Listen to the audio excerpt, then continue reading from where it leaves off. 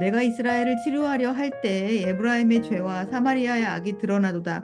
그들은 거짓을 행하며 안으로 들어가 도둑질하고 밖으로 떼지어 노략질하며 내가 모든 악을 기억하였음을 그들이 내 마음에 생각하지 아니하거니와 이제 그들의 행위가 그들을 애워싸고 내 얼굴 앞에 있도다. 그들이 그 악으로 왕을 그 거짓말로 지도자들을 기쁘게 하도다.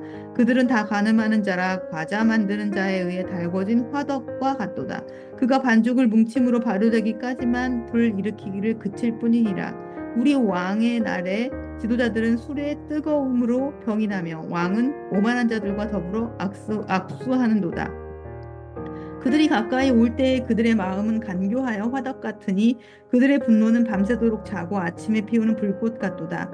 그들이 다 화덕같이 뜨거워져서 그 재판장들을 삼키며 그들의 왕들을 다 엎드려지게 하며 그들 중에는 내게 부르짖는 자가 하나도 없도다. 에브라임이 여러 민족 가운데 혼합되니 그는 곧 뒤집지 않는 전병이로다. 이방인들이 그의 힘을 삼켰으나 알지 못하고 백발이 무성할지라도 알지 못하는도다. 이스라엘의 교만은 그 얼굴에 드러났나니 그들이 이 모든 일을 당하여도 그들이 하나님 여호와께로 돌아오지 아니하며 구하지 아니하노도다. 에브라임은 어리석은 비둘기같이 지혜가 없어서 애굽을 향하여 부르짖으며 아수르로 가는도다. 그들이 갈 때에 내가 나의 그물을 그 위에 쳐서 공중의 새처럼 떨어뜨리고 전에 그 회중에 들려준 대로 그들을 징계하리라. 화 있을진저 그들이 나를 떠나 그릇 같음이니라. 패망할진저 그들이 내게 범죄하였음이라. 내가 그들을 건져주려 하나 그들이 나를 거슬러 거짓을 말하고 성심으로 나를 부르지 아니하였으며 오직 침상에서 슬피 부르짖으며 곡식과 새 포도주로 말미암아 모이며 나를 거역하는도다. 내가 그들 팔을 연습시켜 힘있게 하였으나 그들은 내게 대하여 악을 꾀하는도다. 그들은 돌아오나 높은 자들에게 돌아오지 아니하고 속이는 활과 같으며 그들의 지도자들은 그 혀의 거친 말로 말미암아 칼에 엎드려지리니 이것이 애굽 땅에서 조롱거리가 되리라. 오늘 본문은 이스라엘이 아수르에 멸망당하게 되는 그 상황에 대한 묘사입니다. 세상을 사랑해서 간음한 자가 되어버린 백성들, 그들의 모습을 화덕에서 구워지는 과자와 전병에 비교하고 있습니다. 과자 만드는 자에 의해 달구어진 화덕, 욕망과 분노의 화덕, 그 화덕은 결국 모든 것을 삼키게 될 것이고 또 뒤집어지지 않은 그 전병은 결국 태워지고 만다는 말씀이죠. 백성들의 영적 상태가 심각했습니다. 그들의 마음은 세상을 향해 있었습니다. 죄와 쾌락에 물든 채 영적 간음을 하며 온통 세상을 향해 그들의 정신이 팔려 있었던 것입니다. 바로 그들의 모습이 뜨겁게 달구어진 화덕과도 같다라고 말씀하십니다. 7절 말씀 보시면 그들의 마음은 간교하여 화덕 같으니 그들의 분노는 밤새도록 자고 아침에 피우는 불꽃 같도다. 불붙는 그들의 욕망, 세상을 향한 욕망, 죄와 탐욕, 참을 수 없는 분노와 미움 가운데 그들이 세상 사랑하는 마음 가운데 모든 것을 삼키고 불태우고 있다는 것입니다. 세상이라는 화덕, 그 화덕에 밀착한 그들은 스스로 태워지는 줄도 모르고 망하는 길로 가고 있었던 것입니다. 세상이라는 화덕에 욕망의 불구덩이에 스스로를 태워 죽이고 있는 이스라엘의 영적인 상태. 오늘 우리의 마음은 어디를 향하고 있습니까? 어디에 밀착되어 있습니까? 무엇과 연합되어 오늘을 살아가고 있습니까? 우리의 마음이 주 여호와 하나님께 밀착되어 살아간다면 우리는 그분의 한없는 생명과 충만한 은혜를 누릴 수 있게 될 것입니다. 하늘로부터 끊임없이 내려오는 평안과 기쁨, 그리고 생명과 진리의 빛 아래 온전한 치유와 회복을 경험하며 살아갈 수 있을 것입니다.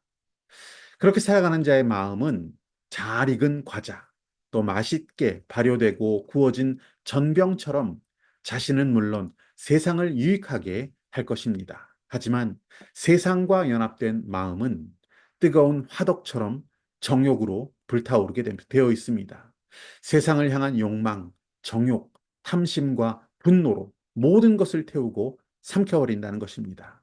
그런 자들의 모습을 8절 말씀은 여러 민족 가운데, 즉 세상 속에서 혼합되어 살아가는 자.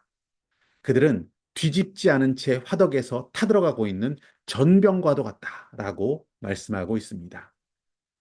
하나님은 그렇게 망해가는 자들, 세상이라는 화덕, 욕망과 죄악의 용광로 속에서 뒤집혀지지도 못한 채 타들어가는 자들의 모습을 보십니다. 그리고 하나님은 가슴 아파하십니다. 하나님 어떠한 분이십니까? 세상, 이 인류를 너무나 사랑하셔서 우리 같은 죄인들을 위해서 그 아들까지 내어주시는 사랑을 하신 분이십니다. 하나님의 관심은, 하나님의 마음은 믿음 안에 있는 자들에게도 있지만 저 세상의 화덕에서 불타들어가고 있는 자들을 향하고 있기도 합니다. 그런 하나님의 마음을 세 가지 비유로 표현한 누가복음 15장 말씀을 보면 그 첫 번째 비유가 잃어버린 양의 비유 아닙니까? 100마리 양이 있었습니다. 그 양들을 키우고 있었는데 그중 한 마리가 어디로 달아나서 눈앞에 보이지 않았습니다. 그래서 목자는 그 양을 찾을 때까지 돌아다니다가 우여곡절 끝에 그 지저분해진 그 양을 찾게 됩니다. 양은 이미 지칠 대로 지쳐 있었고 망가질 대로 망가져 있었습니다. 혼자 제 발로 목자를 따라올 기력조차 없는 양이었습니다. 그래서 목자는 양을 어깨에 둘러맸습니다. 양을 찾은 그 기쁨, 그 즐거움으로 그 무게도 잊은 채 기쁨으로 집에 돌아오고 있는 목자의 모습, 집에서 잔치를 베풉니다. 이 잔치를 베풀려면 아마도 양 한 마리의 값보다 더 들었을지도 모릅니다. 사실 양 한 마리를 잃어버려도 이미 99마리의 양이 있는데 왜 그토록 이 양을 귀히 여기고 찾으려고 돌아다니고 수고를 했는지, 그렇게 찾았다고 해서 이웃 사람들을 불러 모아놓고 잔치를 벌일 필요가 뭐가 있는지 참 이해가 안 가는 목자의 모습 아닙니까? 그런데 입장을 바꿔 생각해 보자면 여러분이 그 잃어버린 양이었다면, 어둠 속에서 숲에서 방황하고 죽어가고 있었던 그 양이라면 여러분 과연 그 목자가 미련하다라고 말할 수 있겠습니까? 주님은 잃어버린 그 양을 사랑하셨습니다. 세상이라고 하는 용광로, 그 화덕 속에서 뒤집혀지지도 않은 채, 누가 뒤집어지지도 않는 그런 상황에서 타들어가고 있는 전병 같은 그들을 주님은 안타까워 하십니다. 하늘에 계신 우리 아버지께서는 죄인 하나가 회개하고 돌아오면 회개할 것이 없는 의인 99으로 인해서 기뻐하는 것보다 더 크게 기뻐하시는 분이라고 말씀하십니다. 주님은 그 잃어버린 양에게 마음이 있으십니다. 열정이 있으십니다. 그 양을 찾기 위해, 그 양을 살리기 위해 결국 주님은 십자가를 지지 않으셨습니까? 그것이 우리 주님의 마음입니다.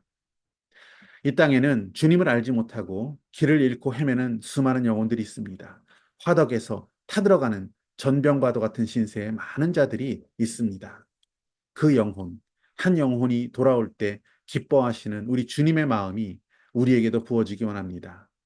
그들을 위해서 우리도 더 기도하고 복음을 전할 수 있는 길을 주님께서 열어주시기를 어, 기도합니다. 그렇게 살아갈 수 있는 우리 목자의 마음을 품을 수 있는 저와 여러분 되시기를 축복합니다.